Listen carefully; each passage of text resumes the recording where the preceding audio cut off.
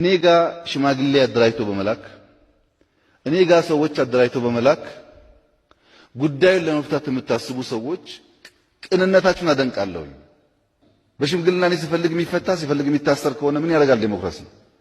ካጠፋ የህግ ስርዓቱ ብቻ ነፃ ያደርገዋል ወይም ፍርደኛ ያደርገዋል እንጂ እኔ ጋር ሽማግሌ በመላክ የሚፈታ አድርጋችሁ የምታስቡ ኃይሎችም በዚህ ብታስቡበት አልችልም። እኔ ምህረትና ይቅርታ እንደ መንግስት የሚያሰጥ ጉዳይ የፍርድ ፕሮሰስ ካለቀ በኋላ በዚያ የሚታይ ከሆነ መንግስትን ምህረት አድርግ ይቅርታ አድርግ ሊባል ይችላል። በወንጀል ጉዳይ ላይ ያለን ሰው ግን እኔ ስፈልግ ይቅር እምል ስፈልግ የማስር ከሆነ አደገኛ ነገር ነው።